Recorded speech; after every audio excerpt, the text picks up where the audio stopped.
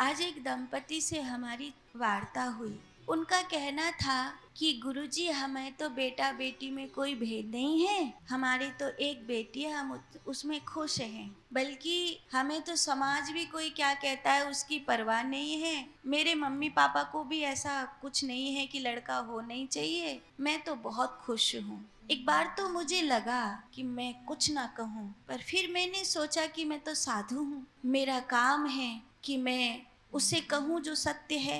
तो मैंने उनसे कहा कि सवाल ये नहीं है कि तुम बेटा और बेटी में फर्क नहीं करते, सवाल ये भी नहीं है कि तुम एक बेटी से खुश हो। सवाल ये है कि मनुष्य जो होता है ना, वो अपनेपन के साथ जीता है। एक लड़की जो इस बात पर सुखी होकर जीती है कि मेरा बाप खड़ा है पीछे, लेकिन जब उस बूढ़े बाप के कंधे थकने लग जाते हैं तो वो इस बात पर गर्व करती है कि मेरा भाई खड़ा है पीछे।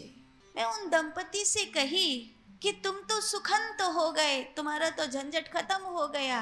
अब न तुम्हारी पत्नी का शरीर खराब होगा, न तुम्हारी पत्नी के किटी पार्टी मनोरंजन खराब होंगे, न तुम्हारा पैसा ज्यादा खर्च होगा ज्यादा बच्चे पालने में। तुम तो बच गए। लेकिन तुमने कभी सोचा कि तुमने अपनी बच्ची से जिंदगी का सबसे बड़ा सुख छीन लिया, कि उसके पीछे अब कोई मायका ही नहीं रहेगा। तुमने जिंदगी की सबसे प्यारी फीलिंग्स छीन ली कि मेरा भाई है।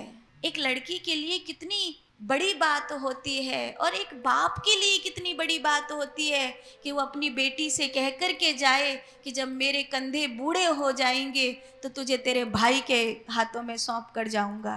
तेरा पति जिंदगी भर तुझे देखेगा, मुझे इस बात में कोई संदेह नहीं। तेरे बच्चे तुझे जिंदगी भर देखेंगे, मुझे इस बात में संदेह नहीं। पर बाप और भाई जैसा तो कोई नहीं होता ना। बड़ा हिंदुओं की सोच ऐसी होती जा रही है और ये कहीं ना कहीं एक तरह से जिहाद के तहत माइंड वॉश किया गया है। ये भी एक तरह का जिहाद है जो हिंदू बच्चों का माइंड वॉश हुआ है। पहले तो बच्चे नहीं पैदा करेंगे कि अभी सेटल हो जाएं सेटल हो जाएं सेटल हो जाएं, और फिर करेंगे तो हमें तो बेटा बेटी में कोई भेद नहीं है जी, एक हो गया बस काफी है।